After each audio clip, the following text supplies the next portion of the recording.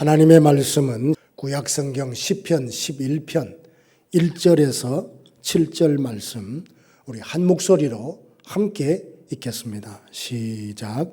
내가 여호와께 피하였거늘 너희가 내 영혼에게 새같이 내 산으로 도망하라 함은 어찌함인가. 악인이 활을 당기고 화살을 시위에 먹이며 마음이 바른 자를 어두운 데서 쏘려 하는도다. 터가 무너지면 의인이 무엇을 하랴. 여호와께서는 그의 성전에 계시고 여호와의 보좌는 하늘에 있으며 그의 눈이 인생을 통촉하시고 그의 안목이 그들을 감찰하시도다. 여호와는 의인을 감찰하시고 악인과 폭력을 좋아하는 자를 마음에 미워하시도다. 악인에게 그물을 던지시리니 불과 유황과 태우는 바람이 그들의 잔에 소득이 되리로다. 여호와는 의로우사 의로운 일을 좋아하시나니 정직한 자는 그의 얼굴을 배우리로다. 아멘. 아멘. 우리는 날아다니는 새가 아닙니다. 하늘에 떠다니는 구름도 아닙니다. 우리는 두 발을 이 땅에 딛고 서 있는 사람입니다. 그래서 두 발로 딛고 있는 땅, 터가 흔들리면 두려워할 수밖에 없습니다. 오늘 함께 읽은 시편 11편은 다윗의 시로 그가 어떤 상황에서 이 시를 지었는지는 정확히 알 수 없습니다. 그러나 자신이 가진 힘, 인맥, 정치력, 군사력 다 동원해도 막아낼 수 없는, 해결할 수 없는 어려운 기가 막힌 상황을 만나서 터가 무너지는 것과 같은 느낌을 받습니다.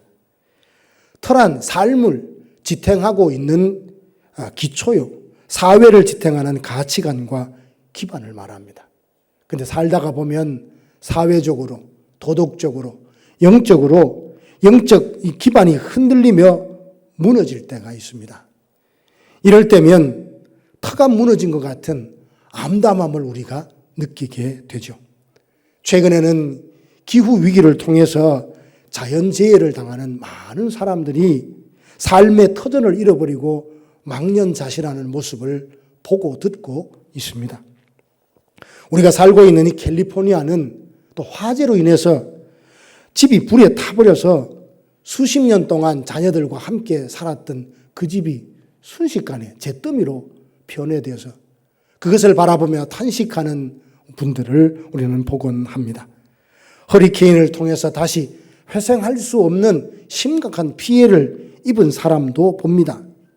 가끔 이곳에 살면서 지진도 경험하지 않습니까? 그러다 보니 터가 무너지면 우리 삶 속에 얼마나 힘들고 두려운지를 누구보다 잘 알고 있습니다.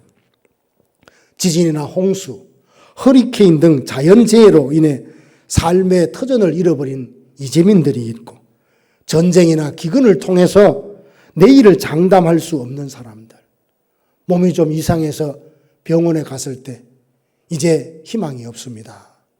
시한부 판정을 받은 사람들, 평생 애써 모은 재산을 그만 사기를 당해서 다 잃어버렸을 거라. 사랑하는 가족을 잃는 등 우리는 살면서 예기치 못한 이런 터가 무너진 것 같은 상황을 만날 수 있습니다.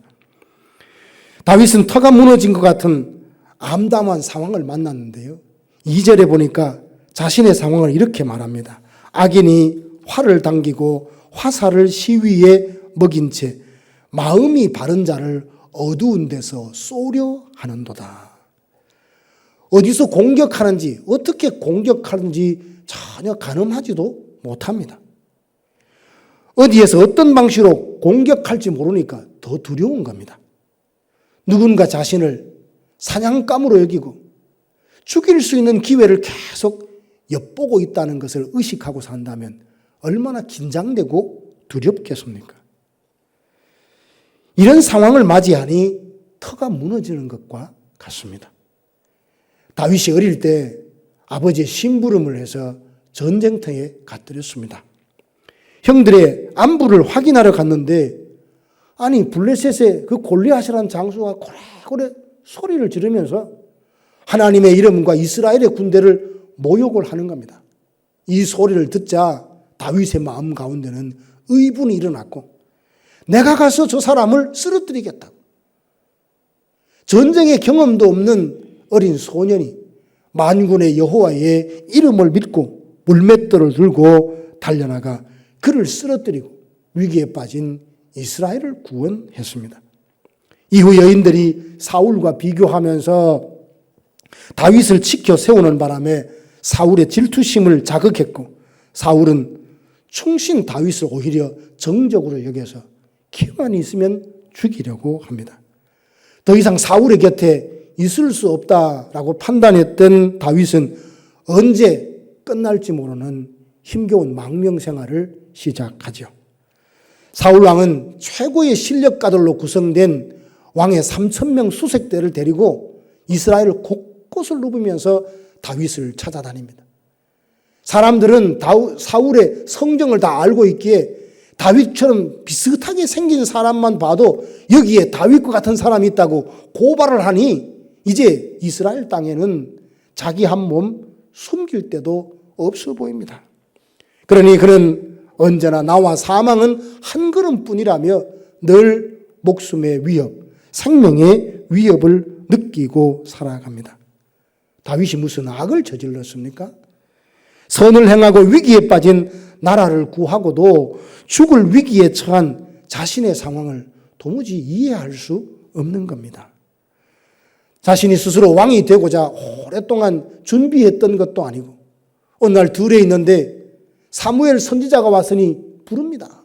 갔더니 하나님께서 사울을 위해서 이스라엘의 주권자로 삼은다며 그에게 기름을 부었습니다. 이후로 다윗은 힘겨운 여정을 보내야 했습니다. 그러니 자신의 상황을 보면서 터가 무너지는 것 같다. 이런 고백과 탄식을 하고 있습니다. 밧세바와 동침한 후에 나단 선지자가 찾아와서 당신의 집에 이제 칼이 떠나지 않을 것이라고 예언했던 것처럼 다윗의 주변에는 살상과 사고가 끊임없이 일어납니다.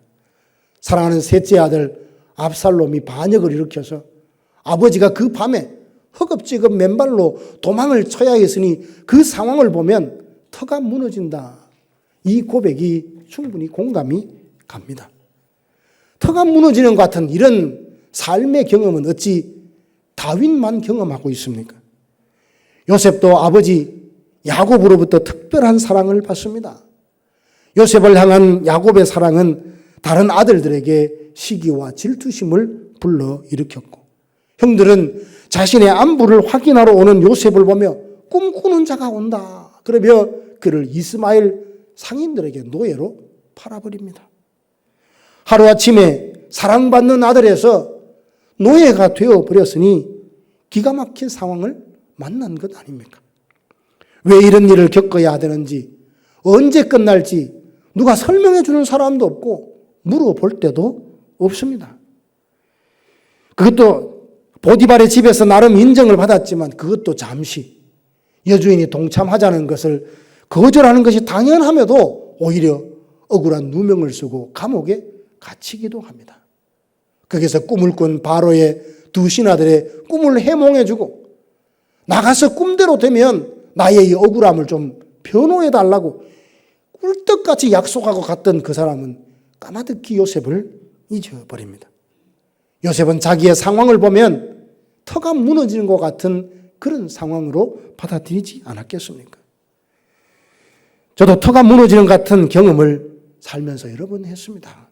전에도 한번 제 이야기를 했지만 어릴 때 부모님이 돌아가시고 혼자 살던 집마저 와르르 무너졌습니다.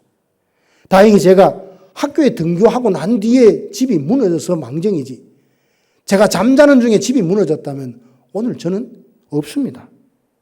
살던 집이 무너져가지고 오갈 데 없어서 교회 장의자에 쪽잠을 며칠 자고 있는데 장로님이 새벽 기도에 오셔서 불쌍하셨는지 우리 집 사과 창고가 있으니 거기서 지내라라고 하셨습니다. 중학교 2학년 15살 어린아이가 그 사과 창고에서 노숙자와 같은 삶을 1년 넘게 지냈습니다. 생각해 보면 터가 무너지는 것 같은 상황입니다. 목회자가 되어 사역을 하면서도 터가 무너지는 것 같은 경험을 했었습니다.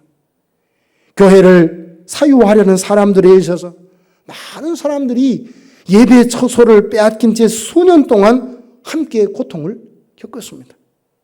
이 일로 그야말로 터가 무너진 것 같은, 정의가 무엇이며 교회란 무엇인가 라는 근본적인 질문 앞에 날마다 신음해야 했을 때가 있습니다. 여러분도 아마 인생에 터가 무너진 것 같은 경험을 한 번쯤 해보셨을 것입니다. 생각지 못했던 큰 질병을 얻었거나 사랑하는 사람을 잃었거나 큰 사고를 당해서 여기가 내 인생의 마지막인가 보다, 여기가 끝인가 보다, 희망과 소망이라고는 조금도 가질 수 없었던 그런 상황을 경험했을 줄 압니다. 어느 순간 터가 무너진 것 같은 상황을 만났다면 우리는 어떻게 해야 하는 걸까요?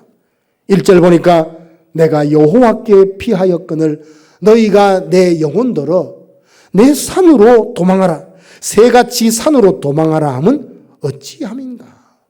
다윗은요, 터가 무너진 것 같은 그 상황에서 하나님께 피했습니다. 그런데 주변에 있는 사람이든 아니면 그 속에서 일어나는 스스로가 하는 말이든 자꾸만 살기 위해서는 새처럼 산으로 도망해야 되지 않느냐고 자꾸만 속삭임을 들려줍니다. 여러분은 곤란한 상황을 만났을 때 하나님께 피하면 살 수 있다라는 이런 권면을 여러분 들었을 겁니다. 물론 하나님께 피한다는 것이 자신이 해야 될 책임마저 다 간구하고 아무것도 하지 않고 그 자리에 앉아서 기도만 하는 것을 뜻하는 것은 아닙니다. 터가 무너진 것 같은 상황에서도 성도가 해야 될 일이 있지 않습니까? 다윗은 나는 새처럼 산으로 도망한 것이 아니라 하나님께 피했노라 라고 고백을 합니다. 여기에서 여호와께 피하는 것은 무엇이고 새처럼 산으로 도망하는 것은 도대체 무엇입니까? 여호와께 피한다는 것은 내가 살든지 죽든지 내 생명은 하나님의 손에 달려있다라는 것을 인정하고 모든 상황을 하나님께 맡기는 겁니다. 흥하든지 망하든지 신앙은 결코 어떤 상황에도 저버리지 않겠다는 그 자세를 가지고 살아가는 것을 말하죠. 말씀을 따라가는 것, 하나님께서 기뻐하시는 뜻대로 살아가는 그 삶이 곧 하나님께 피하는 것입니다. 그런가 하면 새처럼 도망하는 건 또 뭘까요? 하나님의 뜻이 무엇인지 상관하지 않습니다. 내 좋을 대로. 신앙이 무슨 상관이 있냐고. 하나님이 무슨 소용이냐고. 나 지금 죽게 생겼는데 나부터 살고 봐야지. 내 좋을 대로 현실을 감안하여 느끼는 대로 감각대로 선택하며 살아가는 사람입니다. 그러면서 그 마음속에는 이 방법이 상식적인 방법이야. 누구든지 이런 상황이 된다면 이런 선택을 할 수밖에 없어 하며 자기의 행동과 선택을 정당화하곤 하죠. 말로 설명하기보다 몇 가지 예를 들면 하나님께 피하는 것과 새처럼 산으로 도망하는 것이 무엇인지 분명히 알 수 있습니다. 다윗이 사울에게 쫓겨 다닐 때를 생각해 봅시다. 하루는 다윗이 사울의 추격을 피해서 엔게디 동굴 깊은 곳에 숨어 있었습니다. 근데 사울이 그걸 모르고 뒤를 보려고 동굴로 들어옵니다. 이때 동굴 깊은 곳에 숨어 있던 다윗과 함께 있던 병사들이 이런 말을 합니다. 하나님께서 말씀하시기를 내가 원수를 내 손에 넘겨줄 테니 내 좋을 대로 해라. 하나님이 말씀하지 않았습니까? 지금이야말로 이 사울을 처단하고 모든 어려움과 고민을 다 해결할 수 있는 절호의 기회입니다. 그러니 지금 당장 사울을 죽이자고 합니다. 그러나 다윗은 사울의 겉옷자락을 가만히 뵐 뿐 죽이지 않고 살려주죠. 다윗은 사울을 죽이지 않고 옷자락만 벤 것으로도 하나님께서 기름 부어 세우신 자를 해치려 했다는 것에 마음이 찔렸습니다. 하나님이 세우신 자를 자기 손으로 치는 것은 옳지 않다고 생각했고 주변에 있는 사람도 어느 누구도 사울을 치지 못하도록 당부했습니다. 자기 스스로 재판관이 되어서 판단하고 심판하겠다고 직접 사울을 치거나 보복을 단행한다면 그는 새처럼 산으로 도망하는 사람일 겁니다. 그러나 다윗은 사울을 죽일 수 있는 기회가 있었지만 하나님께 맡기고 그 손에 모든 것을 위임한 바로 이것이 여호와께 피한 것입니다. 한 가지 예를 들자면 열왕기하 6장에 보면 아람이 이스라엘을 공격했을 때입니다. 아람 왕이 이스라엘을 공격하려고 하면 뭔가 자기의 계획이 자꾸만 이스라엘이 먼저 알아차리고 대비를 다 해버립니다. 그래서 아람 왕은 우리나라에 혹시 이스라엘의 첩자가 있어서 내가 공격하라는 이 전술과 전략을 누구에게 자꾸 전하는 사람이 있나 보다라고 생각했을 정도입니다. 사정을 알아보니까 그게 아니라 하나님께서 아람 왕이 생각하는 모든 것을 엘리사에게 다 말씀해 주시고 엘리사는 이스라엘 왕에게 이야기하니 미리 대비해서 번번이 패하는 겁니다. 화가 난 아람 왕은 군대를 이끌고 엘리사부터 치자. 그래서 엘리사가 살고 있는 도단성을 포위했습니다. 어느 날 하루 엘리사의 종이 나가보니까 아람 왕의 군대가 성을 다 포위하고 있습니다. 큰일 났다며 두려워할 때 엘리사가 그 종에게 하는 말이 뭡니까? 그들과 함께하는 것보다 우리와 함께하는 것이 더 많다며 그의 눈을 열어서 하늘의 불말과 불병거가 그 도단성을 지키고 있는 것을 보여줍니다. 엘리사는 자신을 죽이러 온 아람 사람들을 어떻게 했습니까? 그의 능력으로 말하면 모든 사람을 다 송장이 되게 할 수도 있었습니다. 하나님께 기도하니 하나님은 엘리사의 기도를 들으시고 아람 사람을 모두 다 장님이 되게 만들었어요. 그리고 그들을 이끌어서 사마리아 성 안에 딱 가둬놓고 다시 기도하니까 눈을 뜹니다. 눈 감았다가 떠보니까 자기가 사마리아 성에 다 포위가 되어 있네요.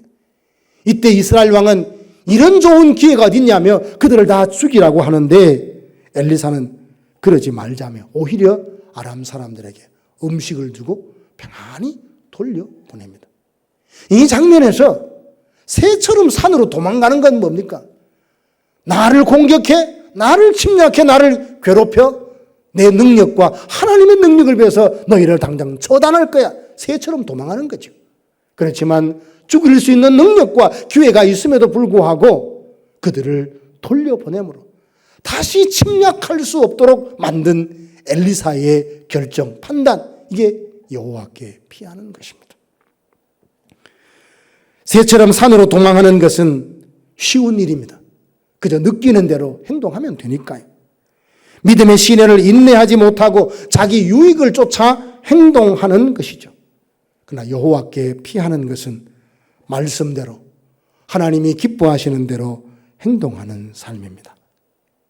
말이 쉽지 내 삶에 터가 다 무너지는 것 같은 그 상황에 여호와께 피해야지 이런 마음과 결단을 한다는 것은 결코 쉽지 않습니다.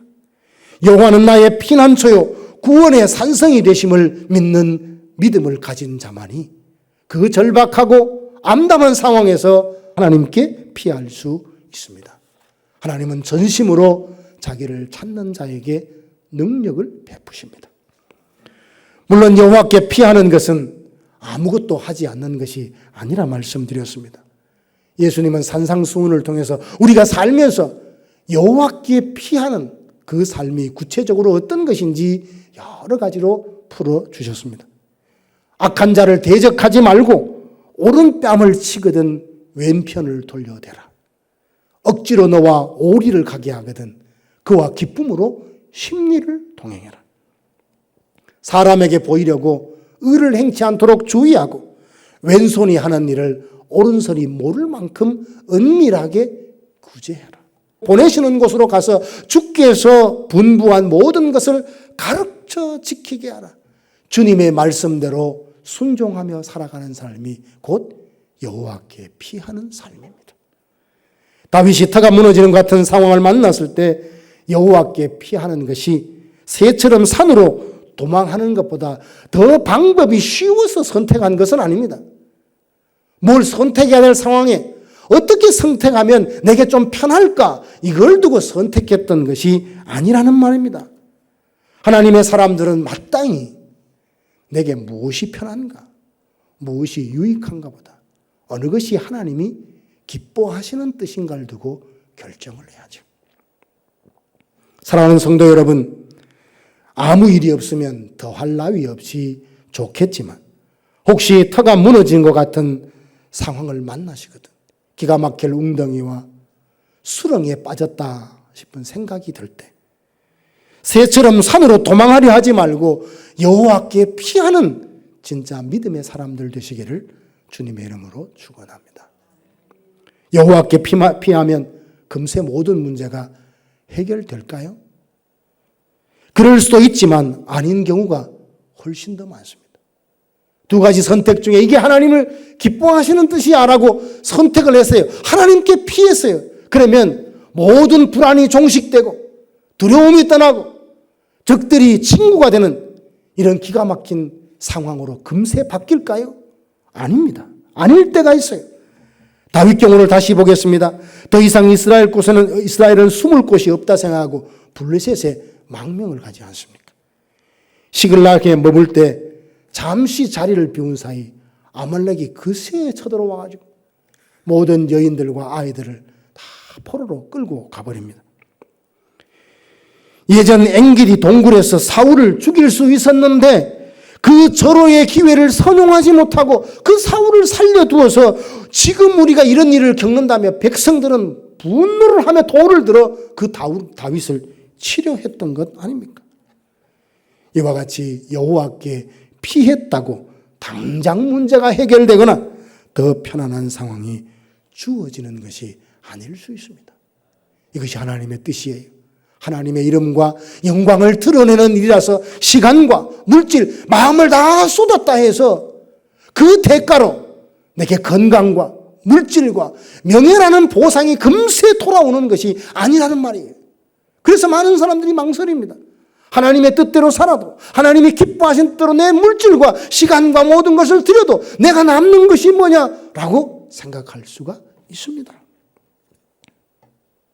그러나 우리는 어떤 보상을 전제로 보상을 기대하고 하나님의 말씀대로 살려는 것 아닙니다. 내가 구원받은 것이 하나님의 은혜, 그저 받은 하나님의 은혜가 너무 놀라웠어요. 어떻게 하면 이 은혜를 조금이라도 보답할까라는 그 마음에서 나의 작은 몸짓이, 나의 많은 행동이 하나님을 한순간이라도 기쁘게 할 수 있다면 내가 그 길을 가야 하리라.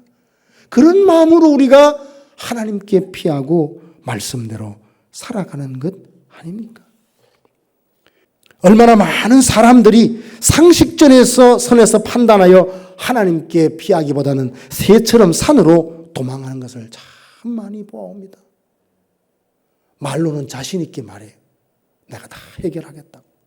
큰 소리를 치지만 정령 힘을 써야 할 때, 정령 희생해야 할 때, 정령 수고해야 할 때는 찾아볼 수 없이 어느새 꽁무니를 빼고 달아나 버리는 사람들, 여러분 삶의 주위에도 많이 있었을 것입니다. 그래서 삶의 기로에 서서 하나님께 피하려고 하면요, 지혜와 믿음, 용기가 필요한 겁니다. 사람들이 걸어왔던 삶의 여정을 보면 눈물겹지만 당당한 길이 있고 편안하지만 안락하지만 부끄럽고 수치스러운 삶이 있는 겁니다. 영국의 철학자 존 스튜어트 밀은 배부른 돼지가 되느니 배고픈 소크라테스가 되는 것이 더 낫다, 그런 말을 했다죠. 잠시 있다가 사라질 허무한 것을 위해서 새처럼 요리조리 도망하는 것이 지혜로운 삶이 결코 아닙니다. 그러다가 영혼을 잃어버린 사람들이 얼마나 많습니까? 때로 세상 사람들이 미련하다 하더라도, 어리석다 하더라도 자신의 선택의 결과가 오히려 십자가를 지는 마지막 자기 생명을 내어드리는 그 일이라 할지라도 나의 행동이, 나의 삶의 한 자락이 이 땅에 예수 그리스도를 전하는 일에 조금이나마 기여가 되고 하나님 나라를 확장하는 일에 기여할 수 있다면 그 길을 가리라 선택하고 그 길을 걸어갈 수 있는 사람이 여호와께 피하는 사람이죠. 그러나 우리는 모두 인간이기에 자신이 딛고 있는 이 터가 흔들리면 아무런 갈등 없이 하나님이 기뻐하시는 그 길로 가리라 쉽게 선택을 못합니다. 신앙이고 뭐고 나부터 살고 보자는 식으로 행동하고 싶은 충동을 느끼곤 하죠. 그럼 다윗은 어떻게 터가 무너진 것 같은 그 상황에서 하나님께 피할 수 있었습니까? 먼저 다윗은 어떤 상황에서도 하나님이 나와 함께 한다는 것을 굳게 믿었습니다. 4절 말씀 보니까 여호와께서는 그의 성전에 계시고 그랬어요. 여호와께서 그 성전에 계십니다. 하나님은 온 그 넓은 우주도 다 담을 수 없을 만큼 크고 위대하신 분이에요.